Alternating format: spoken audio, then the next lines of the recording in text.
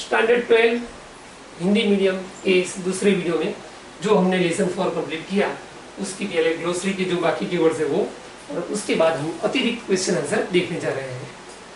पिछली दफा जो हमने लेसन कंप्लीट किया था उसके हार्ड वर्ड से आगे बढ़ते हैं।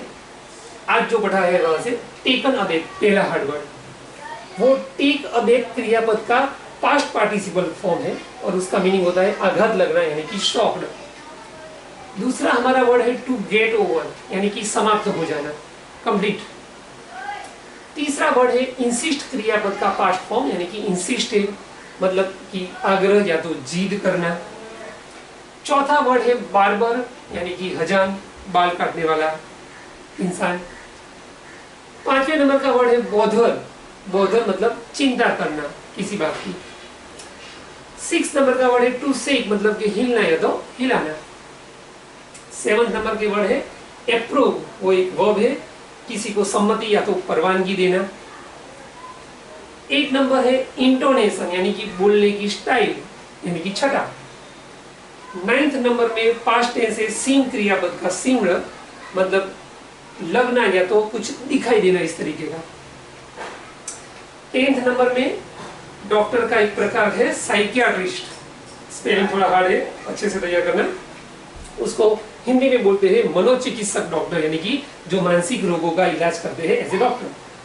11वें नंबर में है क्वेरी का बहुवचन है क्वेरीज यानी कि पूछताछ। 12वें नंबर का वर्ड है एविडेंट यानी कि क्लियर यानी कि स्पष्ट। 13वें नंबर में है न्यूमेरस, न्यूमेरस मतलब बहुत ज्यादा, अधिक। 14वें नंबर में है टू परसीव मतलब किसी बात की स्वीकृति या तो अनुमति देना। 15वें नंबर में है रिकवर पर से नाउन फॉर्म बना है रिकवरी मतलब कि स्वस्थता। यहाँ पर केवल मानसिक स्वस्थता की बात नहीं है, ये शारीरिक रूप से यानी कि फिजिकली जो हम फिट रहते हैं उसकी बात है रिकवरी की। 16वें नंबर में है अनबर्डन्ड, वो बर्डन शब्द का ऑपोजिट वर्ड है, आगे यूएन लिखा है। अनबर्डन मतलब बोझ रहित मतलब कि बोझ के बिना। 17वें नंबर में हमें वर्ब का पास्ट टेंस लिफ्ट का दिया है लिफ्टेड यानी कि किसी को उचक लेना किसी चीज या वस्तु को।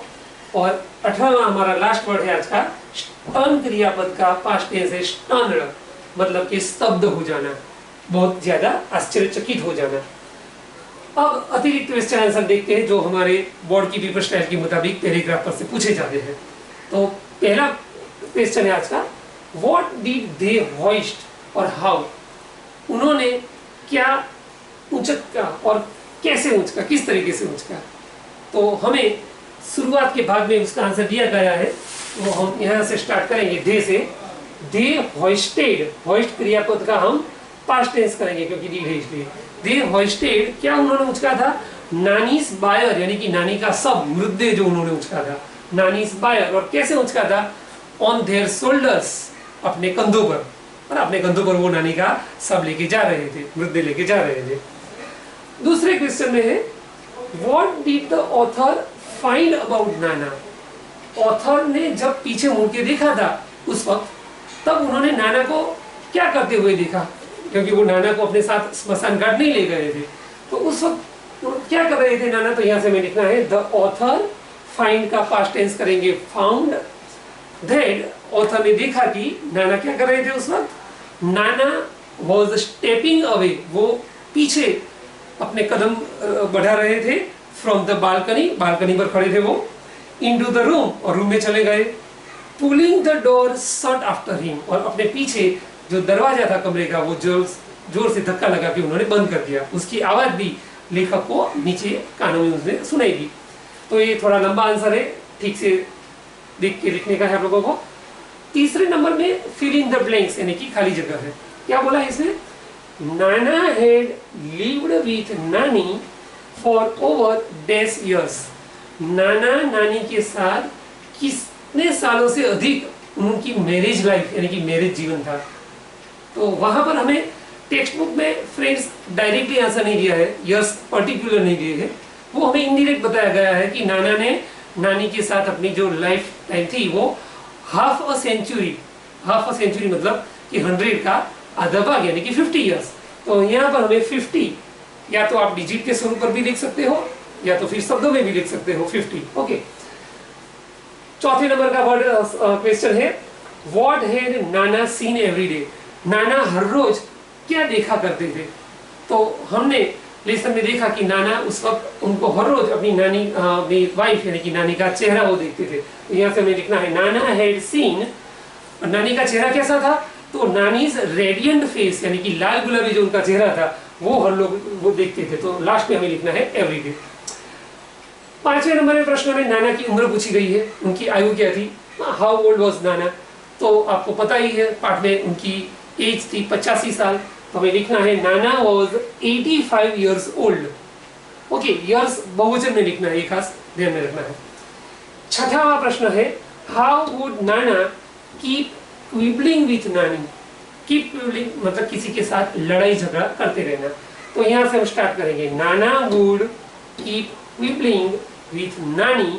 और किस तरीके से करते थे तो वो हमें पैराग्राफ पर से लिखना है एज इफ, जैसे कि देयर वर टू पीपल, जैसे कि दो इंसान, आम इंसान एक दूसरे के साथ झगड़ते थे, who had just married in the first flush of love. Love marriage करने के बाद दो इंसान एक दूसरे के साथ सेटल होते वक्त जैसे झगड़ते हैं, इस तरीके से नाना नानी के साथ लड़ाई झगड़ा करते थे। भले उनका मैरिज अरेंज मैरिज था लेकिन लव मैरिज के जैसे ही वो लड़ाई झगड़ा करते थे। सातवें नंबर का प्रश्न है what would mother always reprimand both the children. Reprimand मतलब किसी को ठपका देना यानी कि किसी को बोलना, किसी को झटक देना। तो यहाँ से हम स्टार्ट करेंगे कि mother would always reprimand both the children. माता इस तरीके से दोनों बच्चों को कहा करती थी। क्या कहा करती थी वो हमें इनवर्टेड कॉमा में दिया है, जो पूरा सेंटेंस लिखना है। क्या बोलती थी माता उनको डांटते हुए, उनको धमकाते हुए?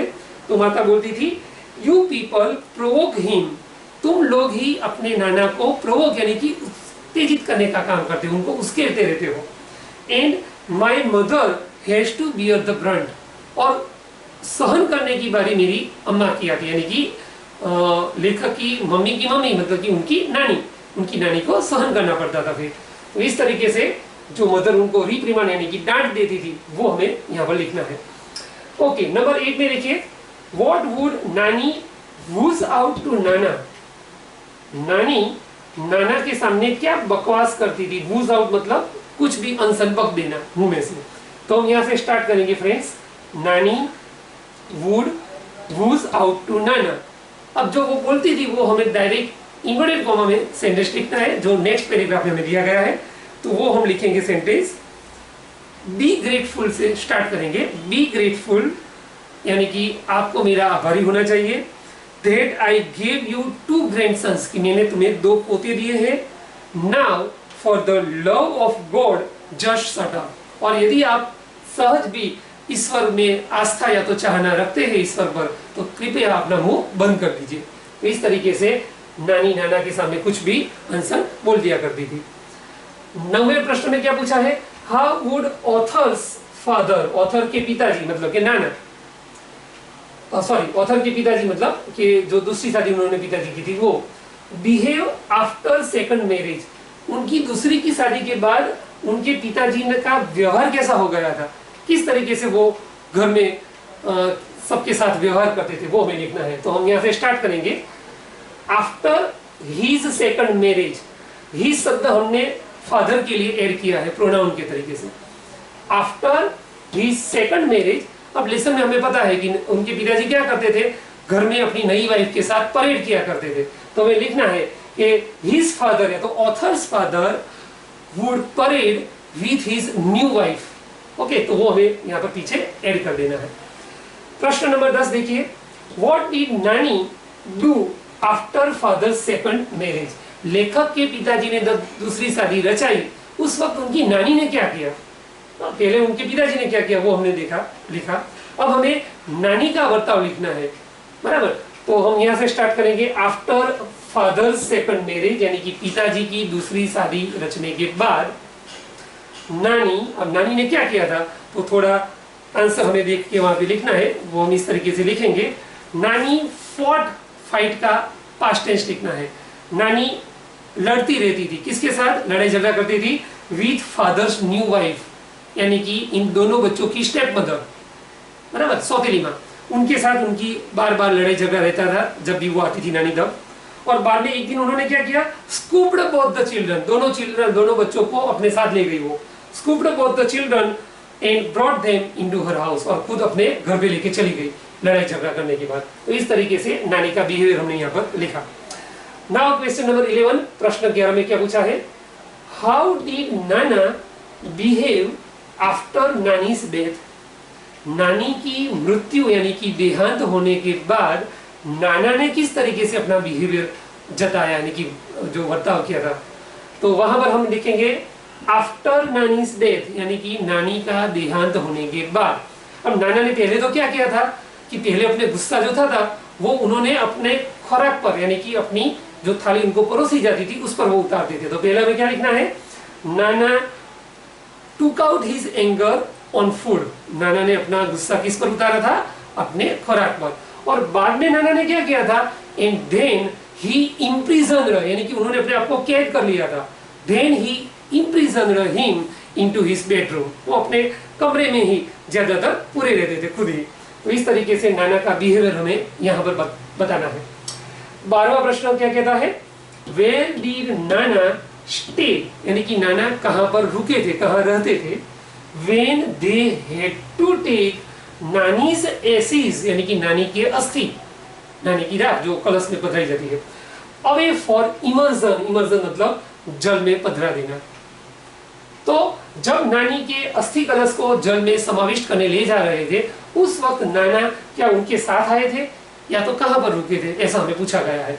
तो पाठ में हमने देखा कि नाना उनके साथ नहीं गए थे, उस दिन भी वो अपने घर में ही, अपने ही कमरे में कैद रह गए थे। तो हम यहाँ पीछे से शुरुआत करेंगे, when they had to take nannies ACs away for immersion, इतना देखकर लिखने के बाद हमें यहाँ से आंसर स्टार्ट करना है।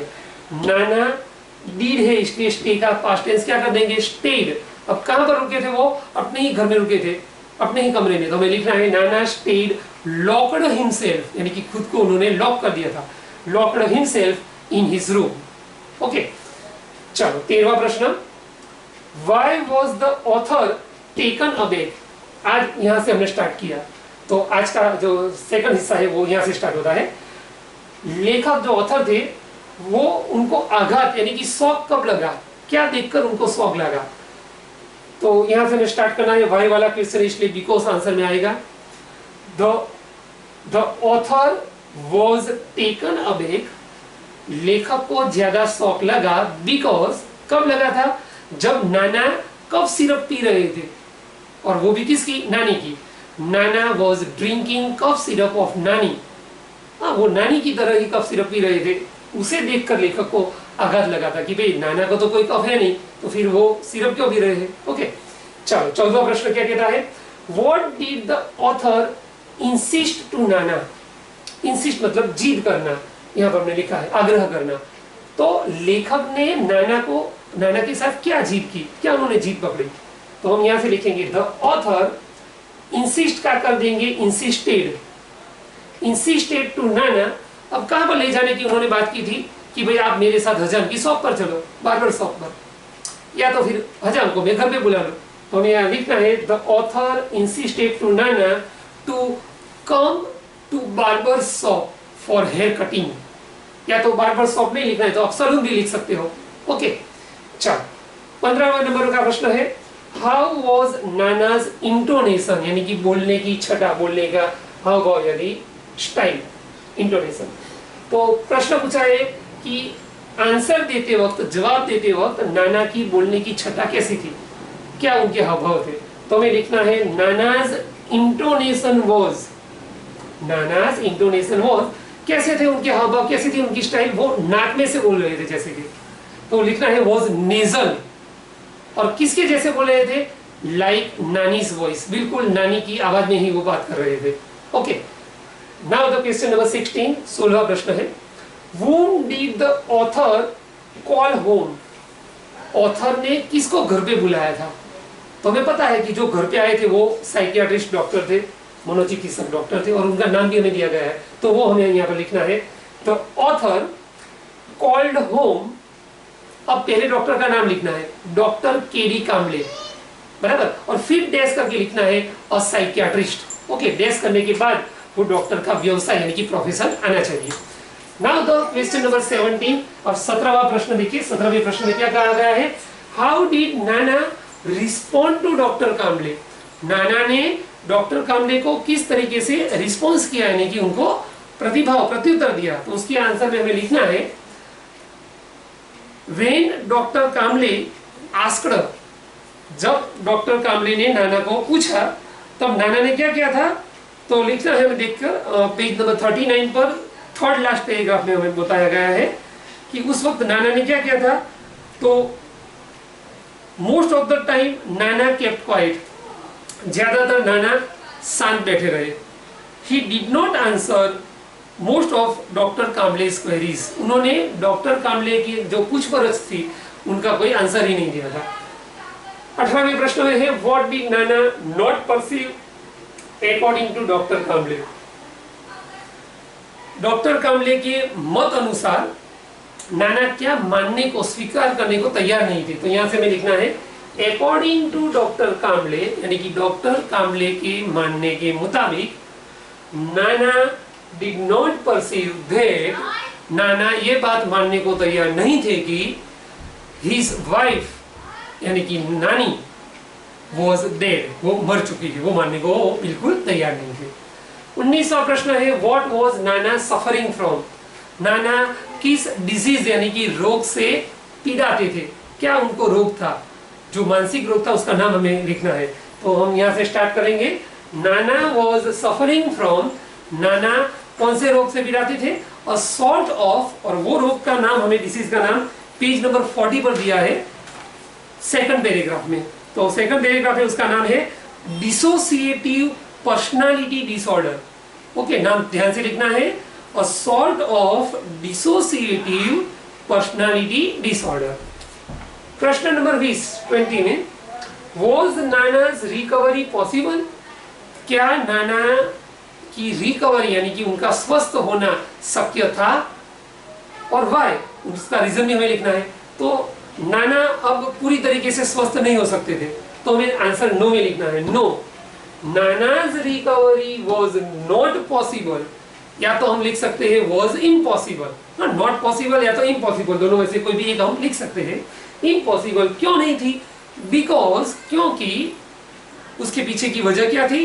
बिकॉज ऑफ नानाज ओल्ड एज, नाना की आयु इतनी ज्यादा थी कि उनकी रिकवरी लगभग इम्पॉसिबल थी। अब आज का लास्ट क्वेश्चन हम देख रहे हैं, question number 21। How did the author find Nana in his room in the end? अंत में, लेसन के अंत भाग में लेखक ने नाना को अपने रूम में किस हालत में देखा, कौन सी अवस्था में देखा?